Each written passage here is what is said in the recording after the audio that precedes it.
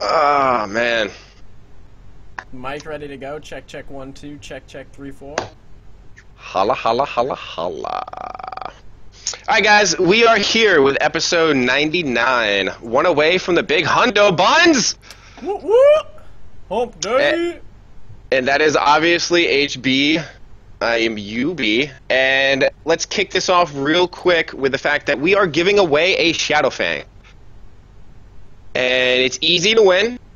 All you have to do is follow HB and I on Twitter. And on Twitter, make a post, or a tweet, I should say, not a post, stating why someone should either be watching, competing, or both in the Twink Cup. And make sure, this has been a sticking point that some people, for some reason, haven't realized. I guess maybe I didn't explain it well enough. You have to include the hashtag Twink Cup, or we're not going to know what happened. And the whole point of this is to help promote the Twink Cup on Twitter, so that hashtag Twink Cup is very important. Already gotten a handful of responses from people. The hype is up right now for the Shadowfang, so make sure you get on board. You got 1 week left. We'll be announcing the winner on the 100th episode. Make sure you follow at Fear the Buns, at bisnation, hashtag Twink Cup. Get the posts out there, guys. We want to hear why you deserve the Shadowfang. And you know what I realized, Buns? What did you realize? I didn't plug in the good stuff. So go ahead and give your shout out while I plug in the good stuff. Alright. My shout out goes to Conk and the GG19 project. We have a very big, for the 100th episode, for our 100th episode of the cast, we're going to have a huge giveaway. Thank you to Conk and GG19 project. So a little precursor to that. I'm not going to announce the full details until the 100th episode, so you're going to have to hang in there. We'll get the hype build up there, but shout out to Conk for giving us an awesome giveaway for you guys on the 100th episode.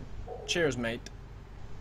I know Yubi's adjusting his stuff right now, but I'm sure Yubi, as always, has got a juicy shout out that he's totally ready to give, because it's definitely... Not yet. He's not ready. I know Yubi will have a good shout out, though, because... as we'll get into the podcast later today, he's gotten some. He's got his feet in the water right now, in the bracket, as some of you may or may not know. And I think he's got a lot of people out there that he can throw out in there for that shout out. That is actually true, and I guess for what my shout out is going to be, I want to give a shout out to the 19 bracket as a whole. This past week, I have actually. Jeez, I think I played more 19s in the past week than I played Warcraft in the past few months combined. And it's been overall a positive experience.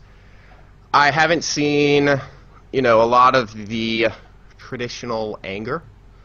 Let's say, I mean, there's of course been a few there's been a few instances, but overall I've seen people trying to work together on both sides.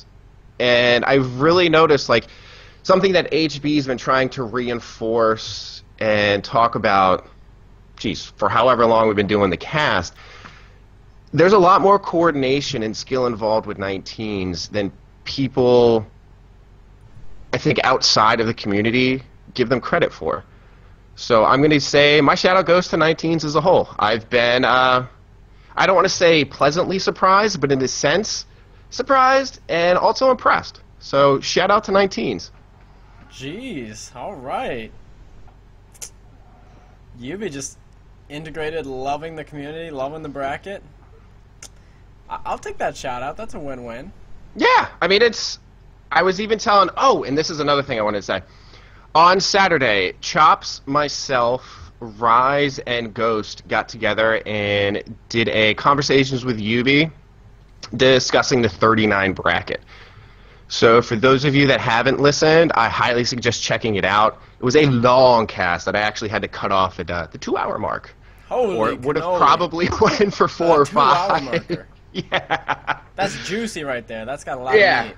Yeah, absolutely. So check that out. If you haven't played 39s, it'll be a good look into the history of 39s and our experiences with it. And if you have played 39s, it might be a nice walk down memory lane, especially if you had fun with Revlosh. Oh, I did not have fun with Revlash any time that I remotely played 39, so... Oh, God, no. All right, so I know you want to talk a lot about my experiences in 19 so far, and we will, Buns. I won't completely side-skirt the whole thing. Okay.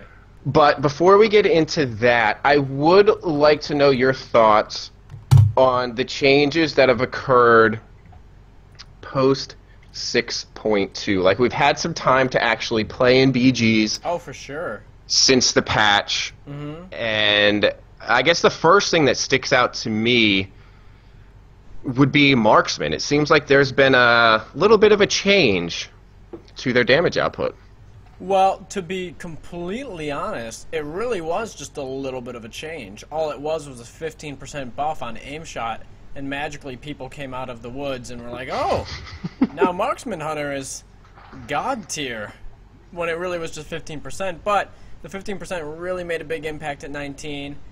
The crits with proc up, with flintlocks, with scope procs just did so much damage and still just put an enormous single target burst onto whoever that person is deciding to send the nuke on.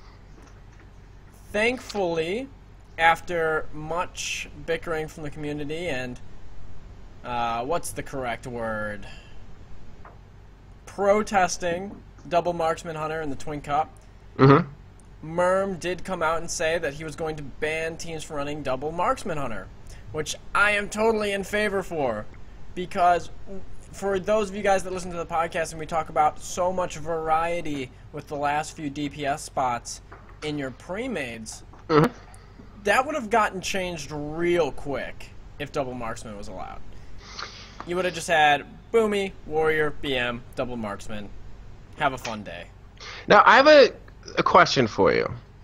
Shoot. Did that little burst make the difference between marksman being, say, only one class needs to be available, or did it highlight the point that if a team maybe discovered this, it's going to be a problem? So in a sense, was that buff a blessing in disguise to the tournament if a team figured out, oh, dude, we can run two marksmans? It's just going to hurt, and I don't think everyone else has really caught on to it yet. You know, it's funny you say that.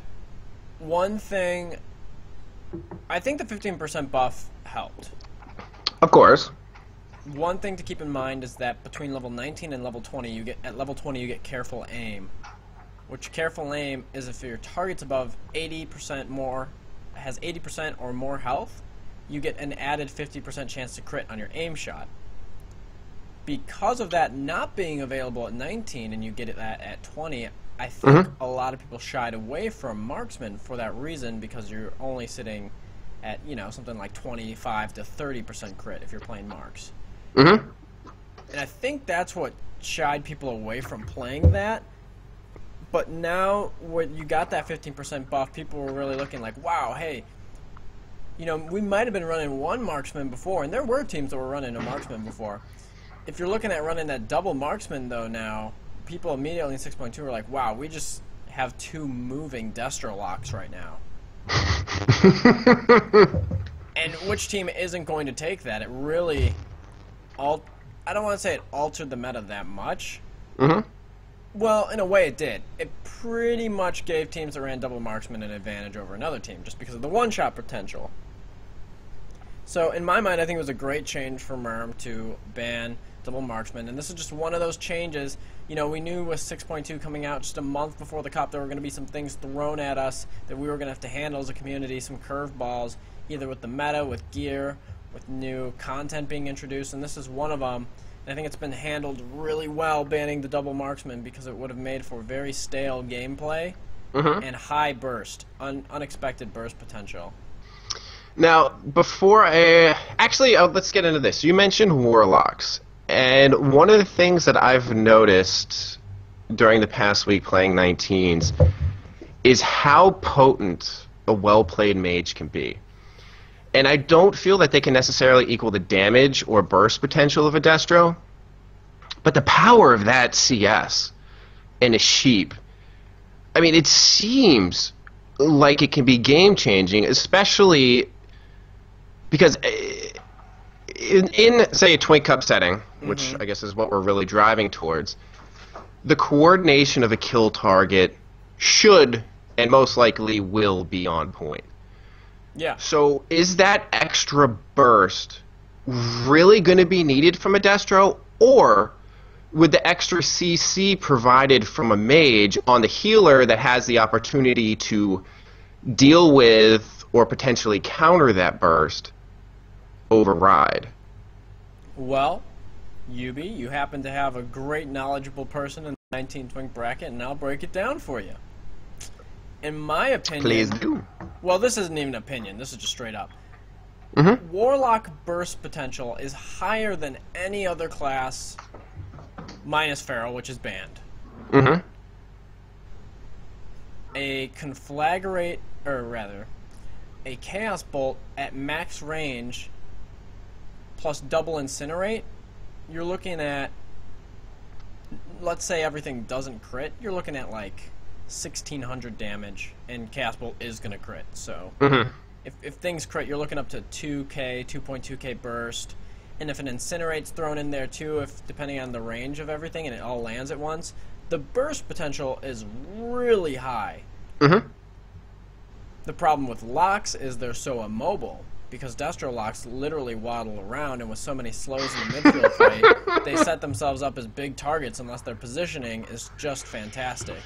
Yeah, that's another thing. It seems like mages also offer mobility and survivability on top. I mean, you can take Blazing Speed, you can take Icy Flows, and you have Ice Block. So if you get stuck in a bad way, you can at least pop the block, and chances are someone's at least going to gaze in the other direction for a hot second, and that might potentially give you a chance to get yourself back to safety, or a healer give you the opportunity to stay alive.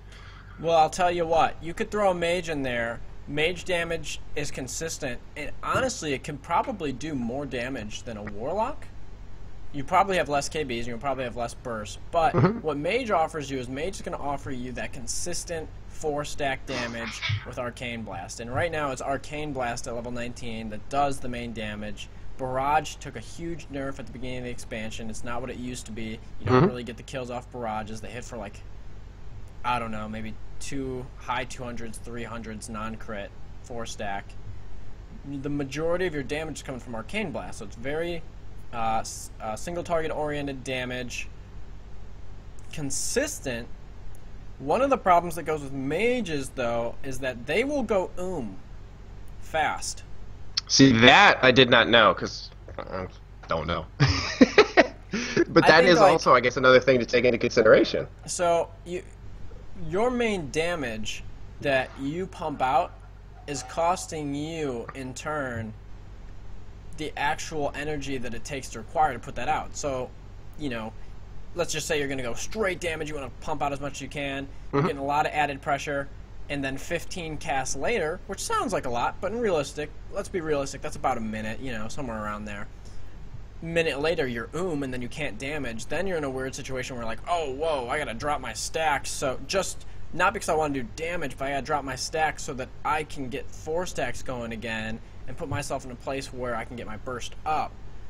So, from a mage's standpoint, if you're gonna play mage, you gotta be like, whoa, I don't want to get to that point, but I also want to try to maximize my damage output, so I've got to manage my mana pool on top of how I want to burst, and I've got to throw out my Arcane Barrage before I'm in a spot where I'm I don't want to do it as a desperation mission. I want to do it as control and try to monitor my damage, monitor my DPS.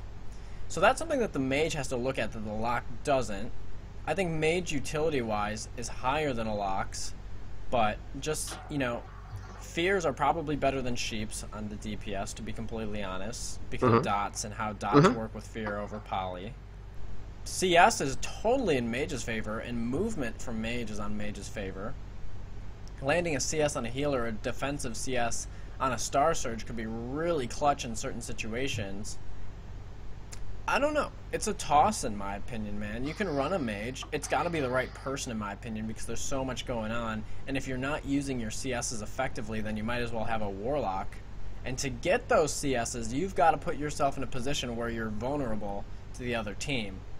And Well, contrary to like what you were saying, Mm-hmm. I think that mages, if you see mages in the tournament, they're actually going to be probably running with Evanesce. Okay. And you may see some mages run with Blazing Speed. Mm-hmm. Evanesce replaces Ice Block completely.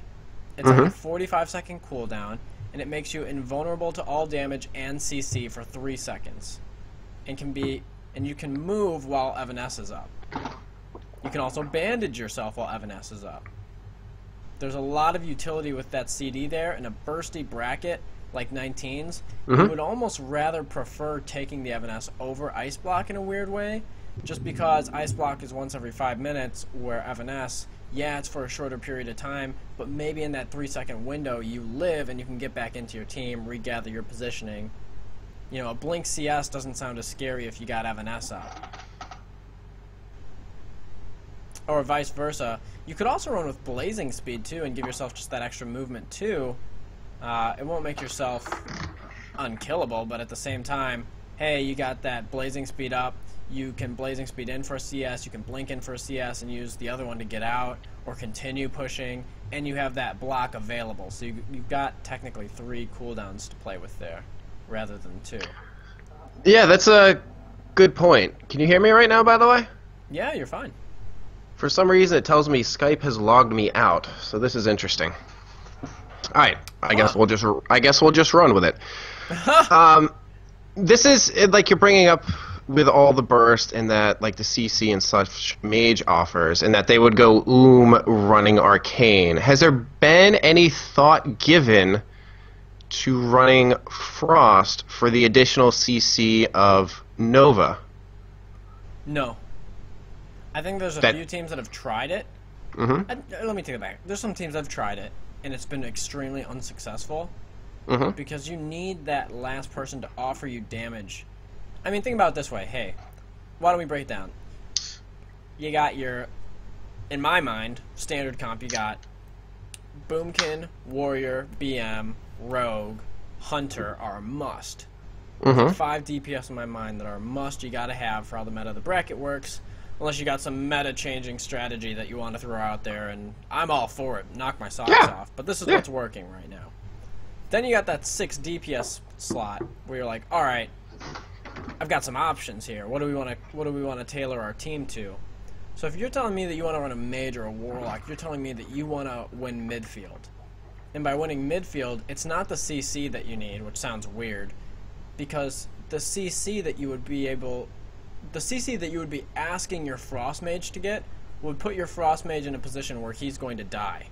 See, I think that's a good point to make, and it's that, like, say, a chamois wanting to go in for a wind shear. Mm-hmm. Sometimes going in for that wind shear is going to put the chamois in terrible positioning. Right. It might not be worth running in and sacrificing your life to, shear the fear, or shear the poly, or the star surge, or whatever is coming in. So that is a good thing to take in consideration, where if you want to run the mage for CC, doing so, you also have to think of the drawbacks that come into play with it. I think it's totally a viable class to run. An Archmage, not a Frost Mage. I don't think Frost Mage is viable. It doesn't do enough damage. If you had Ice Lance at this level, yeah, I think it'd be great, but you don't. It's at like 22 or 21 or something. So with that out of the picture, I think you gotta go Arc if you want to run a Mage. It's gotta be a good Mage. I think the skill cap on Mage is higher than it is on Lock. And that's a close call, too, because the things that you're looking at is you have different utility. Because of the lack of utility on a Warlock, you ask your Warlock's positioning to be great. And that's hard at 19s to have great positioning. And from a Mage, you also want to have good positioning, but you also need to be available to go in, get CSs, get some clutch CCs, because you have the toolkit to get those CCs off. Whereas a Lock is going to waddle around with a keg smash on him, and he's not going to move anywhere. So that keg smash is so goddamn annoying. Oh, it's what, a 12, 15 second slow? Oh man, it is the bane. And that's without saying the damage. That's without the damage. Yeah. And actually, since we're talking mages, I do want to give a shout out. Revo or Revolution, from my 1 week, I have seen. Has been just freaking amazing on the mage. Yeah, I was blown away because I know he was in the mage poll and such. I don't. Oh yeah. Did he win? He did. Okay. Revo's a Nothing buddy of against mine, you, too. Buns. I He's haven't good. really played against you on your mage, so I can't really comment. But that dude definitely was a deserving winner of that Oh, poll. yeah. He's a great mage, man. The thing with mages and pre-mades is mages and pugs and mages and pre-mades, you got to be able, there's a little bit of a difference. I think you want to have whoever's playing your mage slot for you, and if you're saying, hey, we want to run a mage and a pre-made, you got to have someone that's really looking from all cylinders, because it's a hard role to play, in my opinion. While I think it's viable, I think you have to have the right person on it, and there's only probably 3 or 4 people in the bracket who I would say, hey, they could probably play Archmage and a pre-made for you. Revo's one of them. You got to get focused on not only where your teammates are, where you are, where the enemy teammates are, how you're positioning yourself, how you're using your CDs to stay away. Because you're on a class, too, that can put less pressure on your healers depending how you play. Like avoiding Rens, avoiding Keg Smash damage, knowing where you're backing out to and you're not compromising your other teammates' positioning. Being able to sync up a roadkill with an Archmage at 4 stacks in the middle of a fight. So, just going in for those sneaky plays right there. You have a lot of utility, man. It's a great class. Alright, I think we've spent enough time on Mage, and I guess also Warlock. And I kind of want to talk about some few other things leading up to the Cup. What you got? And I'm trying to think of exactly where I want to go with this. The DPS coordination, I guess, is something that I feel is going to be wildly different when it comes to the Twink Cup. What advice can you give to teams coming in as far as working towards being able to sync up their kill targets?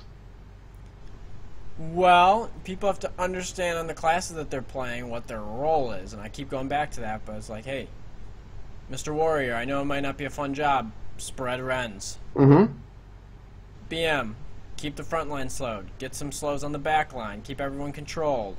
Line up your Keg Smashers with Rens. Boomkins. Throw in Star Surges. Call the target you're hitting. Try to sync up some damage on them. It's a little bit robotic because of the means of syncing up the damage is between heavy melee classes and very bursty casters. But at the end of the day, hey, there's going to be a team that's winning mid. And mid's probably the most important objective right now in Warsong. This is another thing I'd like to ask you. As far as like the healers, because there's going to be people coming in to play in this tournament that aren't used to the fact that, I mean, it can swing wildly. Like you'll have a dude at half health, and this is something I've noticed where you have someone at half health, or you yourself at half health, and you're like, all right, I think I'm going to be okay here. But I mean, that can change like that. Yeah. So, like, what are some things that healers need to be looking out for where they think someone's going to be okay, but you may have not taken all factors into consideration when you're trying to work your triage system of, maybe I'll tap that guy, maybe I'll throw the heal here. Well, one thing you can look at is, take a look at the casters on the other team. You can take a look at the marksman hunters. Put them on focus. Put a boomkin on focus. Put a marksman on focus. See who they're hitting. You may be seeing your raid frames and everything, but looking at a DPS target of targets and such. Right, you can end up predicting some of that burst just by seeing who the enemy players are targeting. So that's one way you can go about it. Being cautious about when you're using your cooldowns. There's times to be greedy, and you want to keep everyone topped, because it's tricky right now. You want to keep everyone topped. If someone dies in mid, it's a big deal. But at the same time, you don't want to get overzealous and pop power word shield on your entire team, and then the burst comes out, and 2 people die. You're going to be accountable for that. Yeah. So, midfield for me is an ebb and flow because you're reliant on your DPS to land kills for you and extend in to get kills, sync up the burst, which pulls the healers farther up to catch them if they don't, or even if they do. And vice versa, when the enemy team pushes in on you, you rely on your DPS to punish those overextenders for going into the back line And their positioning could be responsible for how they got to the back line in the first place, like a displacer away and a charge and a thunderclap on the back line. It's tricky, and teams don't totally realize that, and it's something that you can always work on at 19s as your team positioning and your team movement. And most of the time, it's not one person's fault. People will always be like, man, our shaman is always pushed up. Like, he's just getting ourselves killed. Like, he's going down and then we lose mid. But it's like, hey, did you ever think of the fact that you double rolling into the priest doesn't help me to try to catch you living? Yeah, right? It's like maybe the fact that you got out of position in the first place caused the chamois or whatever the healer is to have to move out of their proper positioning to compensate for your lack of it. Right. And it's, it's always easy to throw the blame downhill. Sometimes you just got to step up and take accountability. But with the whole midfield thing, that's one thing that I also found, I don't necessarily say interesting, but I would have thought that given some changes in the dynamics of the way classes are structured now, that the O&D thing would be a little bit more important. I think in a sense it is. But that mid-class still seems to be the overruling, just, we gotta get this shit. And to that effect, it seems like Alliance meets Horde further towards the Horde base than Horde meets Alliance, which I'm sure there's a reason for, but I'm not sure what it is. Have you noticed that as well? That Alliance meets Horde farther towards the Horde side of the map? Yeah, it seems like Alliance meets Horde roughly around I don't know the about beginning that. of the Horde stump. That depends on how the teams come out. And I know what you're saying, and I just totally think that's team dependent and dependent how the beginning push goes in mid. I'm not sure there's actually a reason for that. Because I've seen it go both ways. I'll see where the Horde team just pushes straight up into the Ally base, or Ally pushes straight into the Horde. I think it can go either way, to be honest. It usually doesn't start pushing until there's a kill, or you pop some movement defensives to fall back, and the other team's going to push because of that.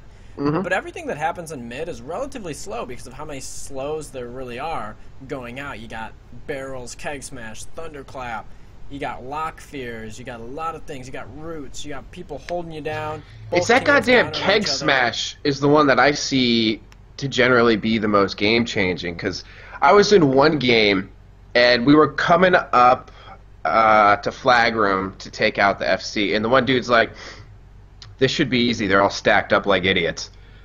You just see the BM start raining barrels, Rogue comes in, takes them out, sure enough, healers drop, FC drops, we get the cap. Yeah. So I think that's another thing, and I mean, it plays back into the positioning, which we, especially HB, brought up the whole awareness thing, and that's kind of become a theme for the bracket. And take that also into consideration. It's not just you want to be, like, say, behind enemy lines, or you want to be X number of yards away from your front line.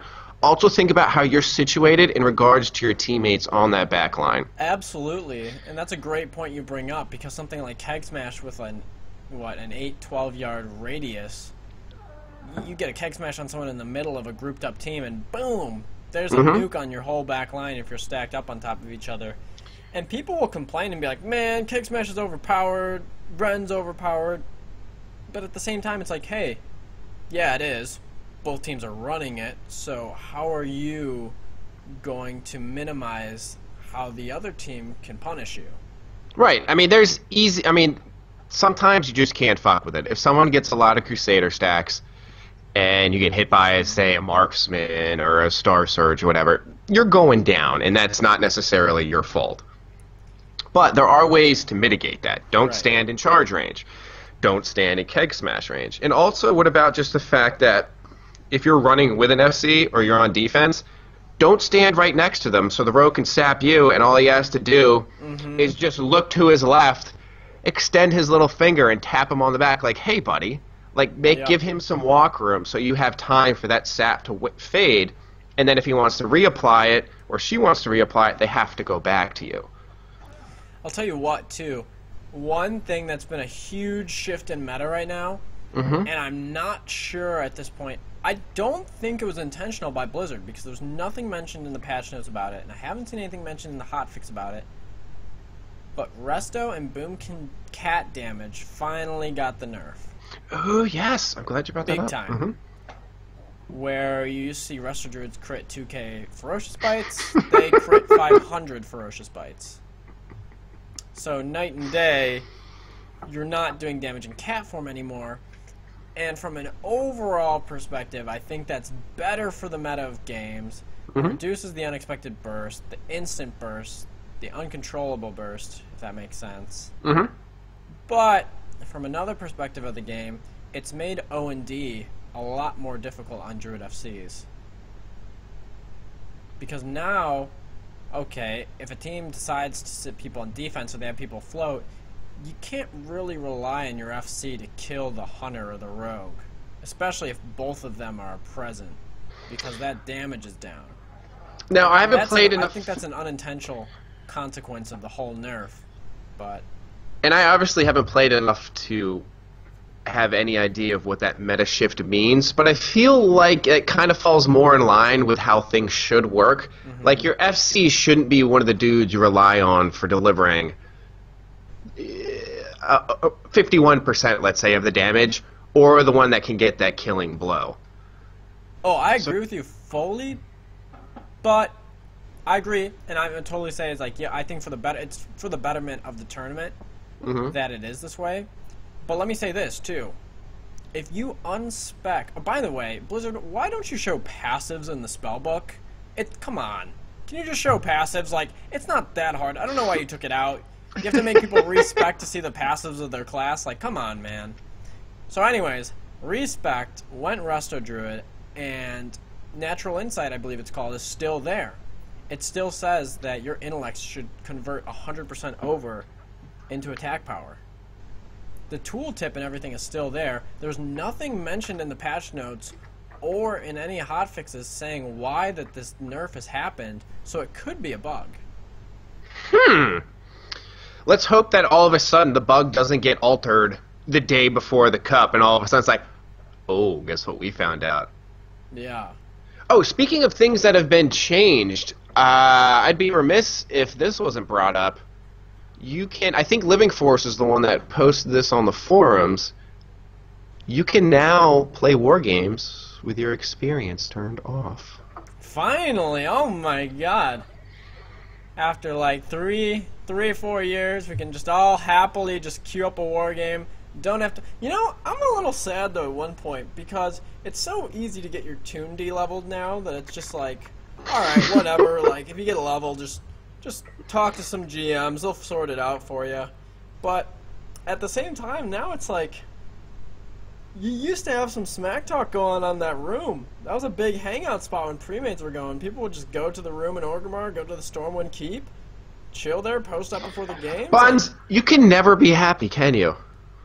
Yeah, I don't know. I'm just, you know, the angle is, you gotta take it for what it is, and in convenience, it's great because, hey, I mean, overall, let me just say, overall, I'm happy, but there were some good memories made in that room. Either side, Horde or and it's Alliance. also cool, like, watching streams and such, and people are trying to set up war games, and you just see this clusterfuck of 19 sitting in there all jumping around, people are talking shit, saying dumb stuff, and you're like, God damn, there's a lot of you people. And, you know, half the people wouldn't even be participating in the game. Like you said, they're just kind of there to hang out and see what the fuck's going on. Yeah. So, overall, I think it's great. It's an issue that needed to get fixed. Didn't seem like it was ever going to get fixed, so pretty unexpected. So thank you, I guess, for fixing that. Some good memories were made in the XP off room. There's a couple other things I'd like to talk about. I think we can just kind of glance over this one because I don't want to pay too much mind. The Horde graveyard jumps, officially banned. If you don't understand why, not sure how we're going to get it through your head, but they're not allowed. Right. So is it both GUIs at this point? They're going to say no GUI jumps, or where's the actual ruling on that? So I'm geez. not sure I caught that. From what I saw, it's the new jumps that have been made available by Blizzard's changes and putting up those fences on the Horde GY. They're done. They're not allowed because Alliance really has no counter to that. And even the biggest, like, oh, you should do whatever you want, has to admit to themselves that that's just ridiculously unfair if you happen to be aligned on Horde side for that game. The other thing is there any word on the new Void Tendrils trinket? It's OP. I don't have the exact numbers. Supposedly it got nerfed. There's really, like, probably 3 or 4 people I've seen use it so far because it's difficult to get, and I don't know them personally, so I don't know the exact numbers. Last I heard, it was 500 DPS per second in a AoE range. What if, like, say it stays, right? And it's like, okay, all of a sudden we have to have a pally because the pally that has that trinket, or anyone has that trinket, let's just hodge them. You pop the trinket, and either we force them into using their trinket or they're dead. It's a lot of damage, man. It's That's AoE nuts. too. It's everyone in the range of the tendrils. It's like a little Nova of tendrils. A little Nova of DPS per death. second, on top of everything else. So, I don't know. We'll see where that goes. Hopefully it gets banned. I think it's an easy thing to ban. Dude, and I also actually, want to... I don't actually know if it'll work in war games because I'll tell you what, the defending trinket and the other trinket don't work in war games. I think Dark Chewy actually made a post about that. Or, geez, I'm saying post for tweet. A tweet about that. And it got fixed in one aspect of the game. I think just in Battlegrounds. Yeah. But for some reason is still not working in war games, which seems really strange. Yeah. Like, that's one of the weirder bugs that I can remember. Even there's like some weird bugs going on too. Like roll doesn't work unless you roll backwards right now. Supposedly that's supposed to be fixed like in the next day or two. But dude, you know what? I want the dude that actually used the S key and was using the S key and then hit roll and found out it worked to step on and be like, yeah, I kind of backpedal. Like I know there's like every night. Like I was talking with one of my buddies back in 39s. Like sometimes like with rogues, you just want to get yourself in the right spot so your back's not showing. So yeah, I'll hit S or whatever. But like just given how much players frown upon the S key, like who's the dude that was just like, dude, I was S keying the shit out of this and I just hit roll. Yeah. Dude, I went fast. It was like no one slowed me at all. Yeah, it was a good find though. I mean, hopefully it gets fixed. It's not completely broken. It's just when you're slowed right now, you can't roll unless That's you roll significant. backwards. See what happens. It's supposed to get fixed, supposedly, from what I've heard. Now, to go with what you were saying about I'm actually really interested in that whole jumps thing because I was actually reading the official rules again today. And I can't seem to find the thread. Oh, that's the sign-up thread here. I was reading the official rules, though, again today, and I felt like, once again, the rules on jumps have been changed. I think so, too. And since we've been talking about that so much the past few weeks, let me just say it again. Or let's talk about what the change is. I'll give you the new rules. All tunnel, fence, and stump jumps are allowed, and people are allowed to use jumps to take them anywhere on the map that they would be able to get to without jumping. Do you want to rephrase that? Because using jumps that are allowed, and then people are allowed to use jumps to take them anywhere on the map that they would be able to get to without jumping. So let's say, hey, I want to get to the top of tunnel. Well, you can get to the top of tunnel by running up ramp and running around the fence. Oh, okay, I get what you're saying. Or you can do the shortcut jump and take the risk of getting to tot in 3 or 4 seconds. Okay. The initial phrase is that you can use a jump to get anywhere you can get without jumping. It's like, okay. That makes sense now that all jumps using the new graveyard walls are forbidden. So getting into the GY at this point hasn't been banned. There's some GY jumps on both sides to get up into the GYs. but using the walls themselves is what's going to be banned. And by the way, the GUI fence change was a huge meta change for pre-mates. Alright, well I'd like to hear your thoughts on that then.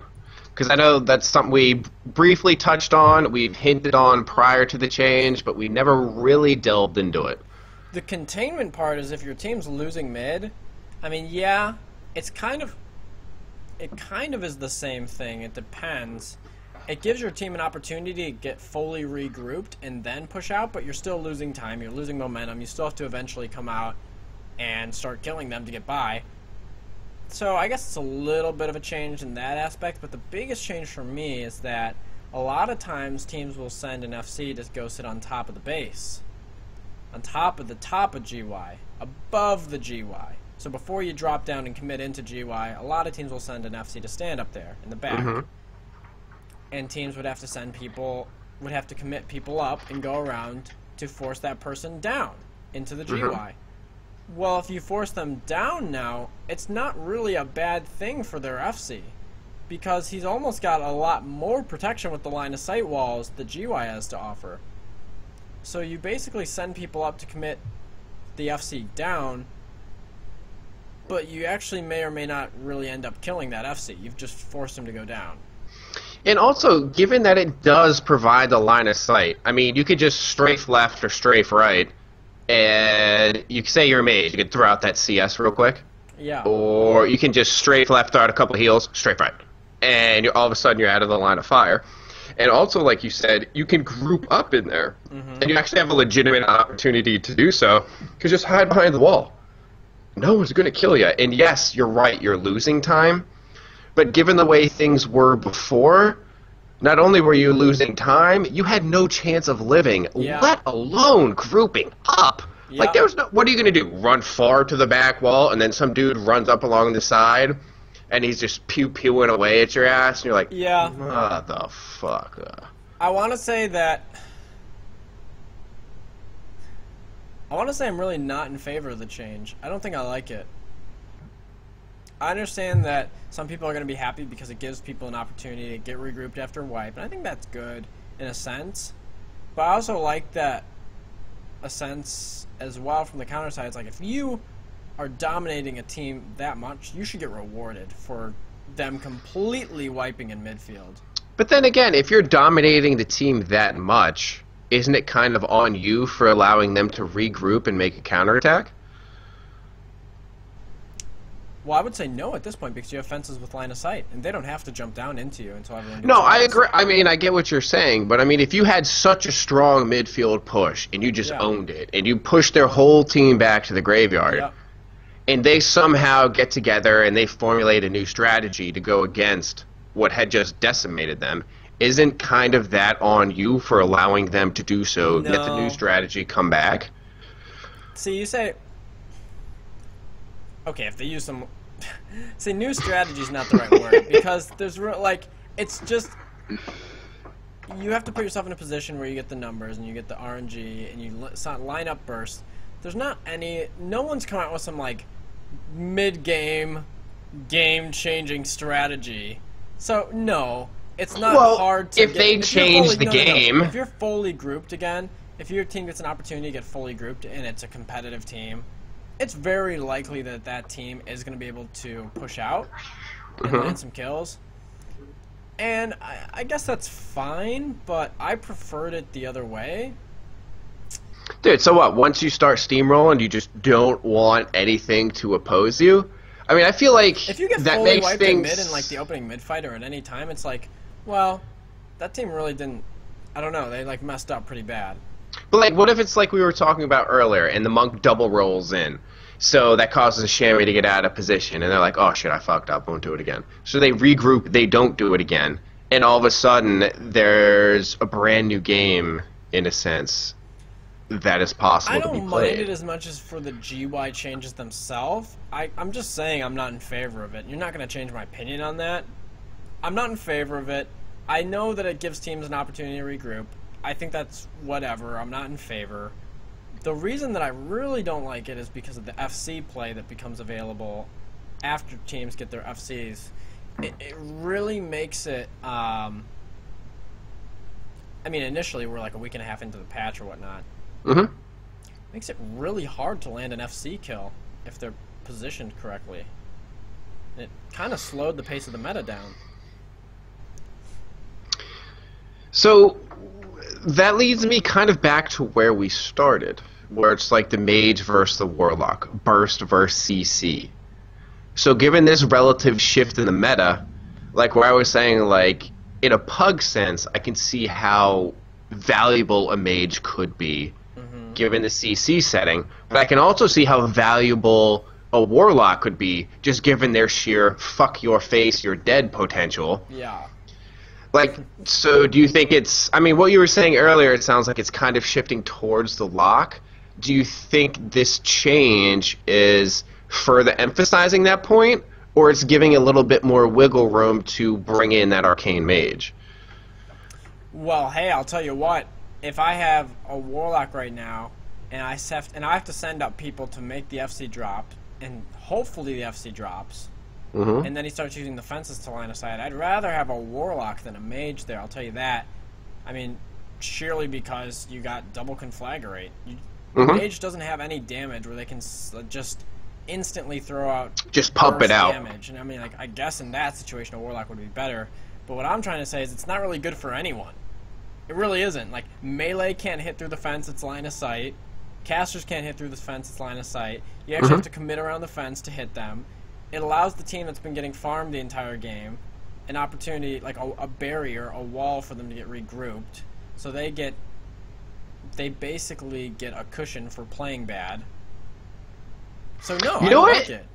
You know what it almost feels like is way back when the graveyards didn't have that lower platform, and it was kind of all flat, and you could send your FC out there, you could kind of regroup with your rezzers and then come back.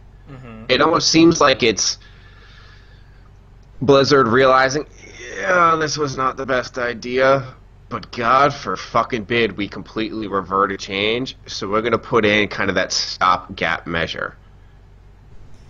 Yeah. No, I see what you're saying. I think that's a good comparison, too. The reason why I just came off so negative with that is I just don't like the change. It really is like... It really just benefits the team that's been playing poorly. In my opinion. Why? Tell me a way where the offensive team benefits from that. Well, this is... I can understand where you're coming from, where it's like, dude, we just wiped the shit out of them, we took them out, we got this, we're doing this. But I think part of the game, and especially coming from 19s where, the quote-unquote containment is such a strong cultural, I don't know. Harvest crops, bro. Harvest crops. It's a tenet of the bracket at this point. Then I don't think that it should be that big. I mean, you should still be able to maintain the push. And even still, like you're saying... Who's going to go up there and kill him? But again, if they're sitting there regrouping, like you said, you're losing time. They're regrouping, so they don't have people to come and take your FC out. So you should be able to get a cap in the interim. And then it becomes upon that team to come behind from that one cap deficit to swing it in their favor. And that's where I'm saying maybe it's not the best switch in meta, but it might make things more interesting in the fact that the team that is losing is given sort of a second chance and an opportunity to kind of swing things in their favor that otherwise, I mean, you just see people AFKing out left and right. And from a pug perspective, I think it's awful. Well, let me take it back. From a pug perspective, I don't think it was needed because you just group res anyways. So to me, it's like, okay, you gave them some line of sight. The plebs won't get farmed. That's great. Pre-made, like, pug situation, whatever, I don't care, fuck it. Pre-made situation on individual reses when players are dying stringed out, it gives them a serious cushion for them to get regrouped, and I just don't like that. It's a really big cushion for the FC to drop into. But hey, it's part of the meta now, so it's part of figuring out how you're going to handle that. And Muskie just brought something up here. He's like, you can cancel your res, and you can still regroup. And I get what he's saying. It's like, in a sense, that's kind of strong, too. Like, you can just all res at the same time. Mm-hmm. But why is it stronger if you can group res with no barrier, so the enemy team just has open season on you, whereas you guys can just kind of huddle up behind that snow fort or that wall and then be like, all right, guys, go team go, and then we'll have the healers behind you, kind of reset things coming from that. Oh, it's not stronger. It's definitely not. And I'm not arguing you there. I mean, the GUI changes has helped people from getting GUI farmed. Mm-hmm. For the culture of the bracket and the meta of the games, it's a pretty big shift, man. It's a pretty big shift because it's benefiting the team that's losing. I mean, a direct benefit. So, yeah, it's changing the meta. Teams are going to have to adjust. I'm not totally sure how you want to play that at this point. And I think that's going to be something that is going to separate the good and bad teams when we go into the Twink Cup, as it's new content right now. Mm-hmm. So, it's a change. People got to figure out how to adjust, because now at this point, even if you send people up to make that FC that is sitting on top of GUI commit down into their GUI, you still can't kill him. So it's a huge change in meta. Like, in a way, I'm upset that this huge change happened so close to the Cup. Another way, it makes me excited, because I want to see how the teams adapt, how they change. Yeah. And, like, as someone that's not going to be participating and just viewing, I mean, this could really, just such a little thing. I guess I really shouldn't say little. A huge thing, but in the eyes of, like, people that don't really play in the bracket, they might just be like, oh, so what? They put on some walls. Whatever the fuck. Like, it's how teams utilize this and figure out strategies for and against it. I think it's going to be really cool to see. I think, yeah, and I think it is going to be one of the factors that determines the great teams from the average teams, is how people play that and how they use it to their advantage. Because, hey, at the end of the day, it's not... Both teams have a fence now, GUI. So, use it to your advantage, I guess. It's not like one side has a fence and one side doesn't. But it's a big change. We'll see where it goes. We'll see where it takes us. All right, before we actually bring this to a conclusion, how many teams are signed up there, Bonds? I think it's 7? 7, I think, at this point. All right, out of 16? I want to double check. I think it is 7 right now. Yeah, go ahead and double check, but the reason we got team sap cap, skill ratio, party's over, maiden storm strike, walk a flock of seagulls. We got 5 teams signed up. So we have 5 teams signed up out of what, 16 spots? Yep. So that means, oh, and I don't recall hearing harvest on that. You still working some kinks out there, buddy? Oh, there's a few teams that still haven't signed up yet. So no, I know. I'm just saying. Like, if you want to get it in, the time to do so is dwindling. I believe that the cutoff is like July 17th for signups. So you have... Let me double check that. We're recording this on the 30th. So depending upon where you hear this, let's just say you have 2 weeks to sign up. July 17th is the last day you can sign up. And I have a feeling there's going to be a barrage of signups in the last 3 days. Yeah. Don't be one of those teams, because you're going to be left out, and you're basically going to be like, dude, we spent all this time getting this team together, and you had your peoples make your tunes and all that shit. You wanted to get a piece of that 7Gs coming your way, but you dropped the ball anyway to the last minute, and you couldn't hand in your paper in time, and you failed. So don't be that guy or girl. I'll tell you what, too, is that if you're a team that's planning on playing in this tournament and you haven't played the bracket yet, but you've got your team lined up and you got the player commitment ready to go on to Twink Info, look for people to play, get involved.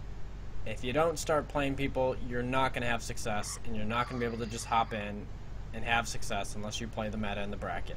So, friendly reminder.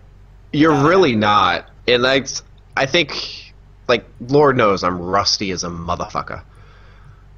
But I'm not a complete distraction from the team, and a lot of that comes just from talking to you and understanding what the meta is and knowing about awareness and all of those things. I was like, yeah, you know what? Don't do that. This is the way the game's played. It's not how you're used to playing 39s or even 29s back in the day. We're not going to bring 20 to 29s into this, because that's Moment of silence for whatever that Moment is. of silence. Because that is just... Oh, man. Whew! That's something completely different. I mean, whatever you're used to playing, if you're not used to playing 19s, take the limited amount of time left to either queue in with some buddies, queue in with a 5-man. I would highly suggest looking for a team that's highly active. And let's give a shout out to someone else, which is Waka Flocka Seagulls, which it seems to be doing pre-mades at an insane rate. Take advantage of the fact that you have other squads that are willing to do the pre-mades. Get it in. Take your lumps if you have to take them. It's going to benefit you in the long run. And I guess the final note I want to end on, since we're encouraging people to get their team signed up, there's a lot of people still within the bracket, and people that are interested in joining the bracket that are looking for teams right now. I have to say this from a serious mindset and a realistic mindset, but at this point, if you're looking to play in the Twink Cup, you better be looking to lead a team or have a group of buddies going into it, because most of the teams that are playing in the bracket right now are filled and are waiting to submit their rosters. I do know Illustrious is looking for, I think, an FC Arresto Sham, and I think something else. I could be mistaken. They're on Horde Arthas. So that's, I mean, for people looking for a potential team, that's an option. I can't think off the top of my head any other squads looking for someone, which I guess is more to your point. So either jump on that train or have your own set of friends ready to put a squad together. All right, guys. The big 99 is done, and the big 100 is next week. Holla, holla, holla. Shadow Fang giveaway next week. Follow at Fear the Buns. Follow at bisnation. And I know it's going to be tough, but just type out 140 characters. A few of them will be taken up by the mandatory hashtag Twink Cup, because the purpose of this giveaway is to increase the social media presence of Twink Cup. So go ahead and do it. YouTube/the BIS Nation, Twitch, BIS Nation, and we will catch you next week for episode 100. And what's going down next week, Buns? GG19 giveaway. More details on that next week. Make sure you tune in. Twitch.tv/FearTheBuns, at FearTheBuns on Twitter. Follow it up. Shadow Fang giveaway is going to be announced next week. Get your post in. Hashtag Twink Cup. Get on the forums. Definitely want to be part of the giveaway next week, because it's one of the most insane things I've seen in a while. Keep it easy, guys. Peace out. Oh, wait, Buns. Oh. Juicy Jam of the Week. Juicy Jam of the Week? Shit. I almost forgot. I have an artist. Oh, do I have to pick a song? You got to give a track too, man. You want me to throw one out first? Yeah, please. All right, I'm going to go Cali Agents, How the West Was Won. Oh, no, I'm sorry. That's the name of the goddamn CD. Cali Agents, Never Forget is the song from the CD, How the West Was Won. Oh, I totally changed my mind.